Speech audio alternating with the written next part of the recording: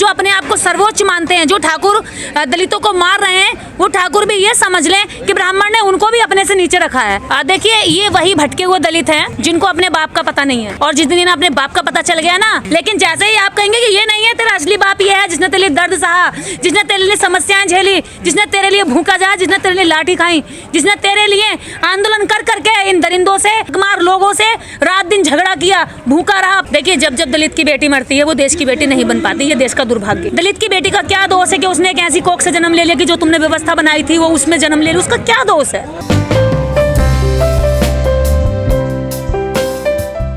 देखिए, जाति एक ऐसा जहर है जो अंदर तक नसों में बिठा दिया है। जीते जी तो रहता ही रहता है, मरने के बाद भी मतलब शमशान घाट तक जाता है। जाति कभी नहीं जाती, जन्म लेने से लेकर मरने तक नहीं जाती। तो जहाँ जन्म लेते हैं वहाँ से लेकर के जहाँ शमशान घाट में जिनको जलाया जाता है, फूंका जाता है, अंतिम संस्कार किया जाता है, वहाँ तक ये जाति को बनाए रखना चाहते हैं। और जातिवाद की जो प्रैक्टिस कर रहे हैं लोग, ये देश और इंसानियत दोनों के लिए बहुत घातक है। मैं तो कहूँगी कि आप इस जाति के लिए जिन इंसानों को मारते हैं, एक बार जरा अपने दिल पर हाथ रख के पूछिएगा, क्या वास्तव में जाति इतनी ज़रूरी है कि इंसानियत पीछे छूट जाए? क्या बाकी में इंसानियत इतनी छोटी रह गई है कि जातिवाद इतना बड़ा मतलब भयंकर उसका दाना बन चुका है कि वो तुम्हें निगले चला जा रहा है, तुम्हारी इंसानियत को भी खाए चला जा रहा है? तो यही बात यहाँ तक मैं कहना चाहूँगी कि देखिए, जातियाँ किसी शैतान ने बना दी और आप उनको मान करके आपस में भाईचारा मत तोड़िए, देश की एकता को मत बर्बाद करिए, आपस में एक साथ रहिए। ये लोग जातियों को इसलिए चाहते हैं कि आप इकट्ठे ना हो, आप बिखरे रहें। और केवल 3% लोग जो अपने आप को सर्वोच्च मानते हैं, जो ठाकुर दलितों को मार रहे हैं, वो ठाकुर भी ये समझ लें कि ब्राह्मण ने उनको भी अपने से नीचे रखा है। अगर वो ऊंचा मानते हैं खुद को, तो मैं ये उनसे पूछना चाहती हूँ, क्या ब्राह्मण ने ठाकुर को अपने बराबर रखा है? नहीं रखा, उसको भी एक कदम नीचे रखा है ताकि वो उसका शोषण और उसका दमन करता रहे। लेकिन ठाकुरों की पूजा हो रही है उत्तर प्रदेश में, जोगी साहब का मंदिर बना दिया रिपोर्टर ने। यहाँ पर जब जब पूजा हुई है तब तब उस आदमी के ऊपर उसकी बर्बादी का जो एक दूसरी लाइन है वो शुरू हो जाती है। तो जो उनके भक्त हैं वो उनको जीते जी बर्बाद कर देना चाहते हैं। ये भक्त नहीं है, ये उनके दुश्मन है। अगर किसी आदमी को खत्म करना तो मंदिर बना दो। हम डॉक्टर अम्बेडकर के मंदिर बनाने पे क्यों खिलाफ रहते हैं? क्योंकि हम नहीं चाहते डॉक्टर अम्बेडकर मंदिरों में विराजमान हो, हम चाहते डॉक्टर अम्बेडकर दिमागों में हो, दिल में हो, किताबों में हो, विचारों में हो, जीवन में हो। तो इसलिए वो तो उनके अनुयायी जो बन रहे हैं, उनके भक्त बन रहे हैं, उनके चेले चपाटे जल्द। देखिए, ये वही भटके हुए दलित हैं जिनको अपने बाप का पता नहीं है, और जिस दिन इन्हें अपने बाप का पता चल गया ना, वह हम बताने के लिए जब जाते हैं तो ये कहते हैं बताओ मत, इन्हें भ्रम में रहने दो, इन्हें ये पता रहने दो कि यही मेरा पिताजी है, यही मेरा बाप है, यही मेरा अब्बा है, यही मेरा खुदा है। लेकिन जैसे ही आप कहेंगे कि ये नहीं है तेरा असली बाप, ये है जिसने तेरे लिए दर्द सहा, जिसने तेरे लिए समस्याएं झेली, जिसने तेरे लिए भूखा जा, जिसने तेरे लिए लाठी खाई, जिसने तेरे लिए आंदोलन कर करके इन दरिंदों से, इन हकमार लोगों से रात दिन झगड़ा किया, भूखा रहा, अपने बच्चों की और अपनी बीवी तक को कम उम्र में खो दिया, अपने जीवन में पूरा संघर्ष किया। जिस दिन ये पता चल जाएगा वो उनको नकली को छोड़ करके असली के पास चला जाएगा। इसलिए ये डॉक्टर अम्बेडकर को दबाने का काम करते हैं। इसलिए दलितों को कहते हैं कि आप पूजा करो और खुश रहो, मगन रहो, कमाओ धमाओ, मेहनत करो, अपनी गांठ का रुपया भी मंदिरों में चढ़ा दो, पुजारियों को दे दो, और तुम्हारे पास तुम्हारे बच्चों को पढ़ाने के लिए चाहे कुछ भी ना हो, भूखे मर जाओ, नंगे रह जाओ, बच्चे पढ़े ना पढ़े, लेकिन हमें दे जाओ। तो ये मंदिरों का सिस्टम है। बाबा साहब का संकल्प दिवस है आज, क्या कुछ संकल्प लेंगे दलित? हाँ बिल्कुल, आज ये सारे जितने भी लोग यहाँ से आए हैं, केवल दलित नहीं है यहाँ पर, यहाँ SC के, OBC के, माइनॉरिटी के, हर वर्ग के लोग यहाँ पर इकट्ठा हुए हैं। और ये सभी यहाँ से संकल्प लेकर जा रहे हैं कि बाबा साहब डॉक्टर अम्बेडकर का जो मिशन था, जो हक वंचित लोग थे, जिनको हक हमेशा से मारे गए, उन लोगों को सत्ता में भागीदारी मिले, और उसी के लिए यहाँ पर सत्ता में लेकर के शक्ति के सारे संसाधनों पर इनकी हकमारी की गई है, उनमें इनका जो भाग है, जो इनकी भागीदारी है, वो सुनिश्चित कराने के लिए यहाँ पर ये संकल्प लिया गया है। और मुझे उम्मीद है, पूरा विश्वास है कि इस संकल्प में हम सारे अम्बेडकरवादी, सारे लोहियावादी, सारे समाजवादी, सारे बहुजनवादी इसमें सफल होंगे, और सारे जितने मुस्लिम भाई हैं इसमें सारा हमारा साथ दे रहे हैं। लेकिन मुस्लिमों ने अत्याचार किया लखीमपुर में बहनों पर। देखिए, वो 2 पागल सरफिरे अगर कहीं पर गलती करते हैं तो मैं ये नहीं कहती कि पूरे मुस्लिम समाज को बर्बाद करो आप। क्यों? क्योंकि किसी भी मुस्लिम संगठन ने, किसी भी मुस्लिम समुदाय ने, किसी भी मुस्लिम लीडर ने उन बदमाशों का साथ देने के लिए कहीं पे कोई सभा नहीं की। लेकिन यहाँ के लिए भी कोई मुस्लिम आगे नहीं उन्होंने क्यों नहीं आया? नहीं, अखिलेश यादव नहीं आया। मैं अखिलेश यादव का नाम क्यों लूं?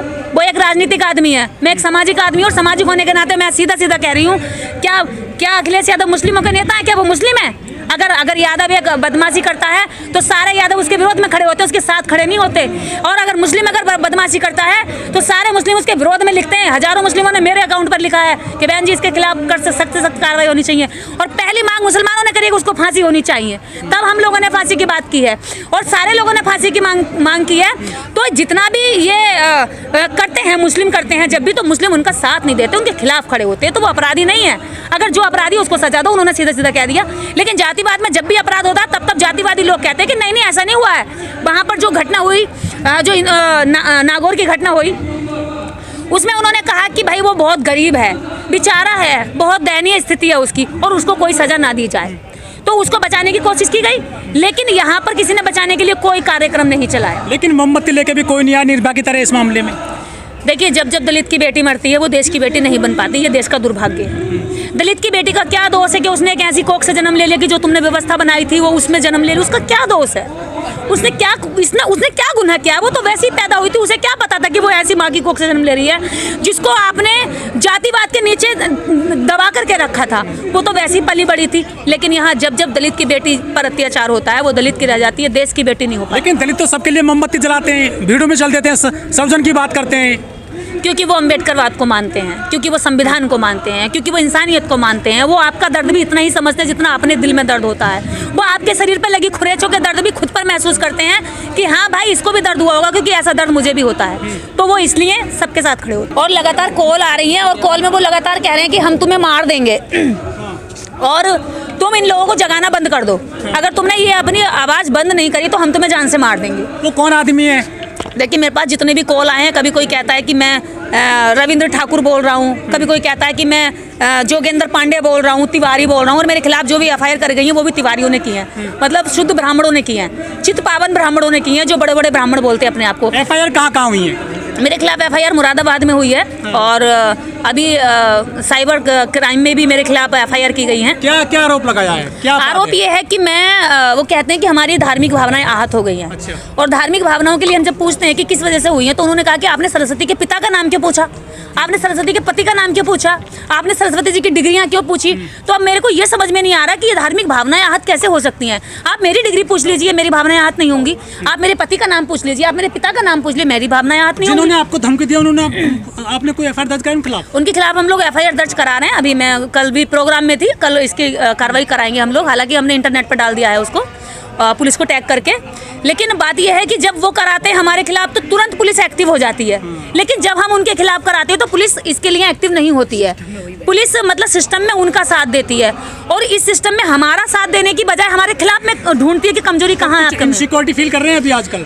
देखिए, इनसिक्योरिटी कैसे फील नहीं होगी? कोई कह रहा है कि आपको घर में घुसकर गोली मारूंगा, तू जहाँ है तू मुझे बता, मैं ढूंढ रहा हूँ, तेरे नंबर को ट्रेस कर रहा हूँ और तुझे मैं छोड़ूंगा नहीं, और मैं तुझे मारकर फांसी पर चढ़ने को तैयार हूँ।